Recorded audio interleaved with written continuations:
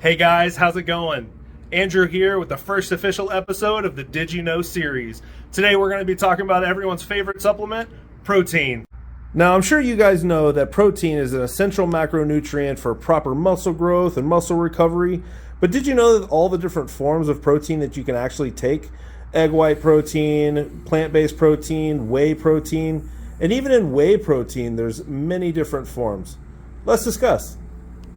Now, before we get into the details around protein itself, it's important that you guys realize that I'm not here to talk to you about the different philosophies around taking protein, proper macro counts, all that jazz. There's a ton of information that's out there that I can explain in way more detail than what I can in this video. If you want to talk about macros and you want to talk around the different ways of taking protein and nutrient timing and all that stuff, come on by. We love talking about that kind of stuff. Now, the first thing I'd like to talk to you about are the different forms of protein. Let's start with egg whites. So egg white protein is very bioavailable and it's very easy on the system. There's lots of different forms of it out there. You can find it in powder form by itself. You can find it in powder form that's in other powdered products. But the one I'm going to talk to you about first is this muscle egg protein. Now, this stuff is absolutely delicious. It's 26 grams of protein per cup, and it's super simple. It is a liquid. What you do is you thaw it and you drink it. That's it. There's no mixing. There's nothing else that you have to do.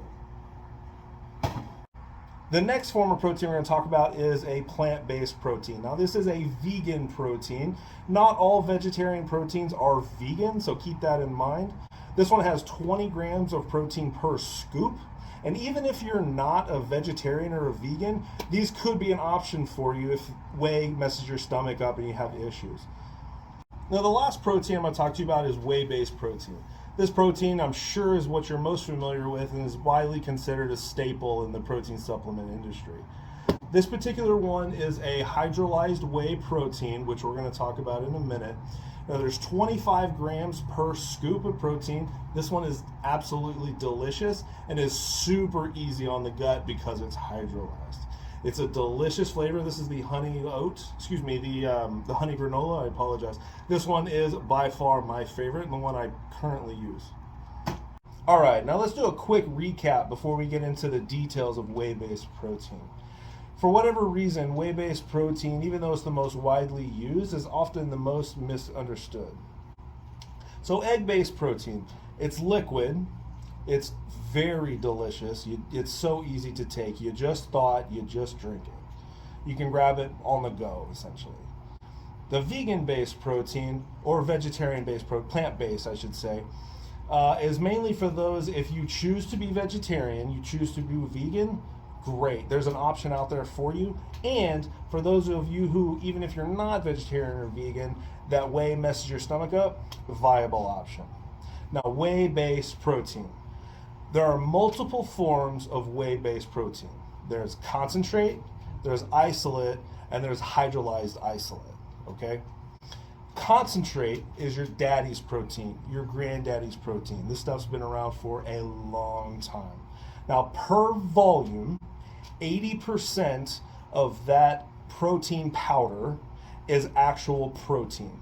The other 20% is going to be carbs, fat, other things that just aren't removed in the manufacturing process.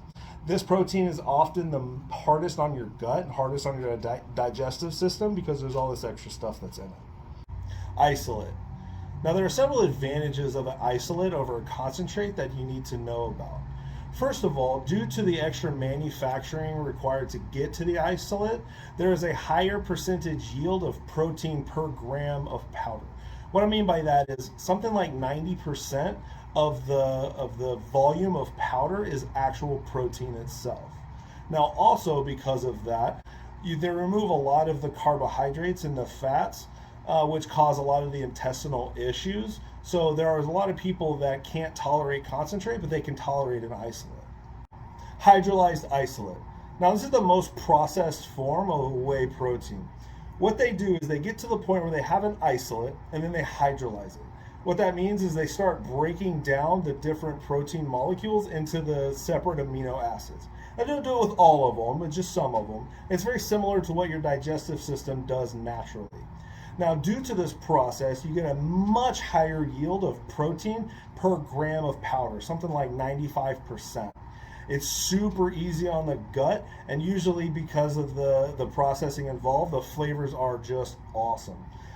They also dissolve really well in whatever it is you're trying to dissolve them in. I highly recommend a hydrolyzed protein to almost everyone because people who really can't tolerate any milk-based product oftentimes can process a hydrolyzed protein with no problem at all. So this is great for meal replacements. This is great for a post-workout protein, whatever it is that you're trying to do with it. Now, I know what you guys are thinking. Andrew, you didn't cover casein protein. Don't worry, I'm going to cover that in a later video on a different topic. So look for that coming soon. Now that we have a better understanding of the raw ingredients that go into the products that we use, let's talk a little bit about the products themselves. A lot of times, the protein powders that are on the shelf are not just a singular form of protein. There are whey-based proteins out there that have egg albumin in it, which are egg white proteins. There are whey protein isolates that contain a whey concentrate as well as a whey hydrolyzed. The best thing to do is read the ingredient label, and whatever ingredient is first in that label is the one that has the most in it. So if you see a whey isolate and its first ingredient is a whey concentrate, there's a pretty good indication that it's actually mainly a concentrate with some isolate in it. Don't always pay attention to marketing, guys. Read the labels. It's really important to know what it is that you're taking. Thanks for watching this very first episode of the Did You Know series. I hope I was able to help you understand a little bit more about protein supplementation.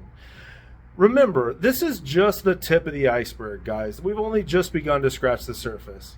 As we said before, if you want to know more or if you have any questions about how protein can help you and your goals, come on in. We'd love to help you. That's what we're here for. Thanks again for watching, guys. Have a great day, and we hope to see you soon.